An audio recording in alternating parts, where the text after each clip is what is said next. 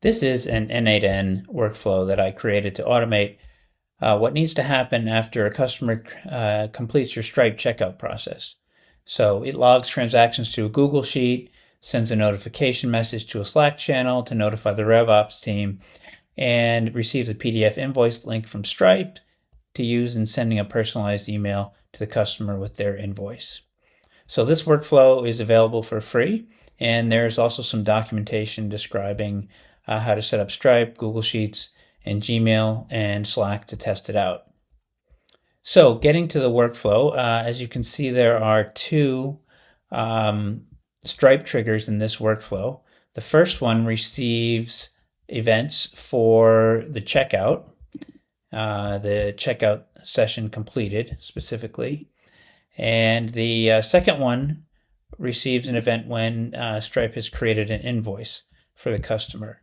So those two things happen separately, and the invoice usually comes in a little later than the checkout data. So what we do is we log each of these to different sheets, different Google Sheets, a transaction and an invoice Google Sheet.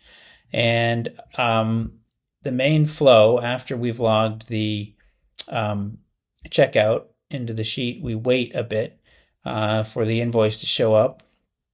And then we look up that invoice and use it to send a thank you email with a link to the invoice to the customer. And then in addition, we send a notification with the new sale information to the RevOps team using Slack. So let's see how all this works. I've created a Stripe payment link to test it out. So I'll add an email in here. Put in my credit card. And my name is Andrew Jackson for this demo. So that's pretty much it. It's a simple payment link that I created in my Stripe sandbox for the purposes of testing out this workflow. So we click pay, and then once that has processed, let's head over to the Google Sheet and see if we've received the transaction details. So yeah, you can see here, and this is the transactions tab. Here's the receipt from Andrew Jackson. There's the email, the total amount, and etc. And importantly, there is an invoice ID here, which we will use to look up the invoice on the other tab.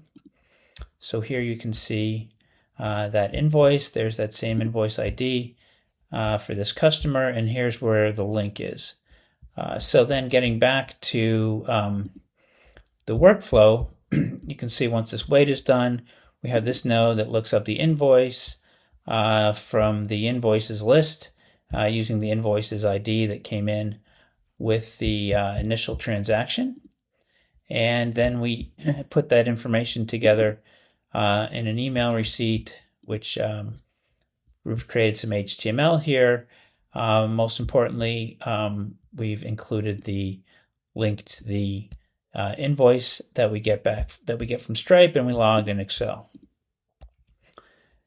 So let's go now and see Stripe and see if we receive that message to the RevOps channel.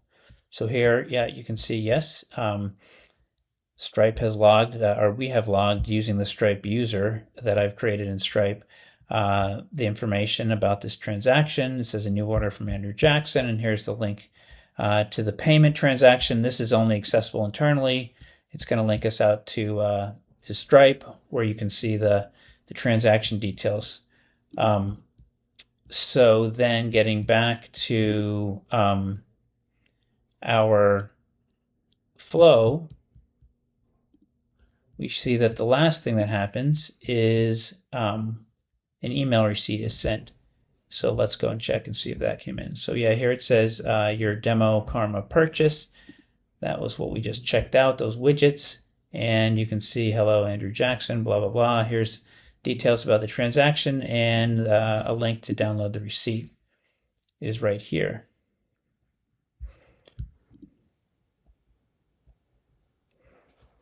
So that is it, and you can see that with